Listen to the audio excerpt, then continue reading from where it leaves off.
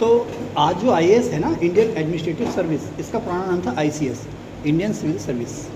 तो भारत में governor general Lord Cornwallis ने इसकी शुरुआत की थी, इसीलिए लॉर्ड कॉर्नवालिस को कहते हैं हम फादर ऑफ आईसीएस, या आईसीएस का पिता, या आईसीएस का जनक, ठीक है ना, या आईसीएस का जन्मदाता।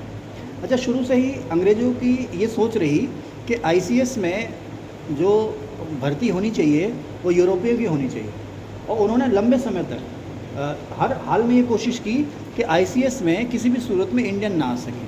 हालांकि बाद में धीरे धीरे हमारे यहाँ जब एजुकेशन को लेकर के अवेयरनेस, ये जागरूकता बढ़ने लगी और बहुत से हमारे लोग विदेशों तक में पढ़ने जाने लगे, तो थोड़े से ही सही लेकिन धीरे धीरे आईसीएस में भी इंडियन जो थे वो आने लगे। उसके बाद 1919 का एक्ट आया था। तो जैसे आज होती है ना स्टेट में पीसीएस, पहले इसको कहते थे स्टेचुरी सिविल सर्विस, तो उसमें ये कानून बना दिया था कि आईसीएस में जितनी भी हर साल भर्ती होती है उसका 25% जो है वो, जिसे आज आप पीसीएस कहते हो ना, उसमें से प्रमोशन से लिया जाएगा। खैर, तो अब सरदार पटेल का क्या रोल है, आईसीएस आईएएस क्यों बनी? आईसीएस जो थी ना वो अंग्रेज़ों के समय में बदनाम हो गई। बदनाम इन द सेंस कि वो ऐसा नहीं कि आईसीएस के लोग जनता की भलाई नहीं करते थे या जनता के लिए काम नहीं करते थे, वो जनता के लिए ही बने थे, जनता के लिए काम करने के लिए बने थे। लेकिन क्या है ना कि एक होता है ना पॉलिटिकल आज़ादी, राजनीतिक स्वतंत्रता। जैसे गांव का प्रधान है ना, मान लो कोई गांव का प्रधान है और वो हर सुख दुख में आपकी मदद करता है ना, बाढ़ आ जाए, भूकंप आ जाए, किसी भी तरह की आपदा आ जाए, आपके घर में खाने को ना हो, हर मर्द ईद त्यौहार कुछ भी हो, गाँव का प्रधान हर समय आपकी मदद के लिए तैयार रहता है। लेकिन अगर तुम उसके खिलाफ बोलोगे, उसके खिलाफ चुनाव में खड़े हो जाओगे, फिर आपकी खैर नहीं है। कुछ लोग ऐसे होते हैं ना, फिर वो आपका दुश्मन हो जाएगा। उसी तरह से अंग्रेज़ों के समय में क्या था कि अगर आप ज़रा सा भी ब्रिटिश सरकार के ख़िलाफ़ बोलते हो, फिर आपकी खैर नहीं। तो वो आईसीएस हो या उस टाइम की आईपीएस हो, इंडियन पुलिस सर्विस, अब वो आपके पीछे पड़ जाएंगे। तो इसके अलावा आईसीएस के जो लोग थे उनको सैलरी बहुत ज़्यादा थी, और इनके दिमाग में जो फीलिंग थी वो ये नहीं थी कि हम जनता के सेवक हैं ना, हम जनता के मालिक हैं। इलीट कल्चर था इसमें, है ना, बहुत ज़्यादा पढ़े लिखे ऊंचे राजघरानों के नवाब, राजा, महाराजा, इनकी औलादें आईसीएस में आती थी, और इनकी सोच ही वही थी, क्या, राज करना। ये अपने आप को क्या समझते थे, राजा, है ना। इस आईसीएस की नौकरी को पता क्या कहा जाता था, बॉर्न इन हेवन, स्वर्ग जन्मा। इतनी सहूलियतें, इतनी ऊंची सैलरी, इतनी पावर्स कि हर कोई लालायित रहता था आईसीएस बनने के लिए। लेकिन समय के साथ ये बदनाम भी हो गई। बदनाम क्यों हो गई?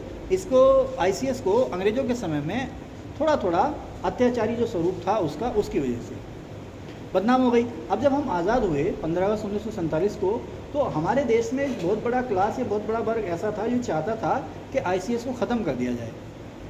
लेकिन बात यह है, उस समय सरदार वल्लभ भाई पटेल जो कि होम मिनिस्टर भी थे, वो सामने आए, बोले भाई रुको जरा, ठहरो, मैंने इन लोगों के साथ काम किया, आईसीएस के लोगों के साथ काम किया मैंने, ये लोग बहुत ही लायक हैं, बहुत ही योग्य हैं, ये काम करना जानते हैं। और आज जो हमारे सामने चैलेंजेज हैं, चैलेंज क्या है, देश का बंटवारा हो चुका है, दंगे फसाद हो रहे हैं, खजाने खाली हैं, फॉरेन पॉलिसी का कुछ पता नहीं, आर्मी का कुछ पता नहीं, क्या करना है, कैसे करना है, कुछ पता नहीं।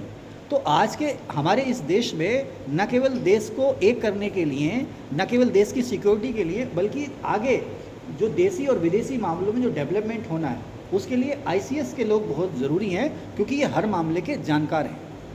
उन्होंने कहा ये बहुत योग्य है, इसलिए इसको ख़त्म नहीं करना है, इसको बनाए रखना है। और जो चीज़ थी ना इनके दिमाग में, जो फीलिंग है कि हम जनता के मालिक हैं, हम राजा हैं, उस फीलिंग को ख़त्म करना है।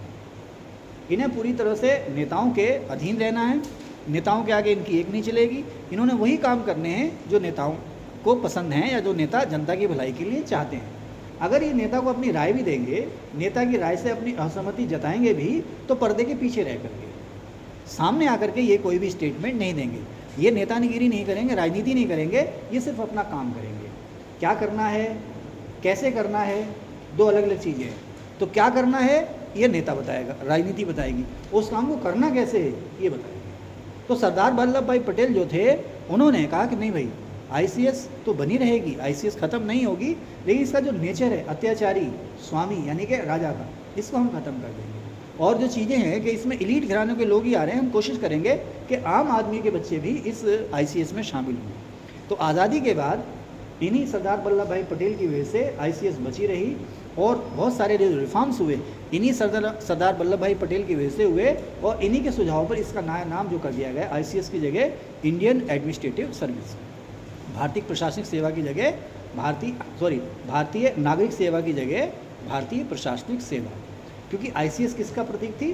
जुल्म का, अत्याचार का, है ना, राजा टाइप व्यवहार का। और आईएएस जो प्रतीक हो गया सरकारी नौकरों की आज़ादी का और जनता के लिए काम करने का, उनकी सोच का कि भाई जनता के स्वामी नहीं है, हम जनता के सेवक हैं। ठीक है।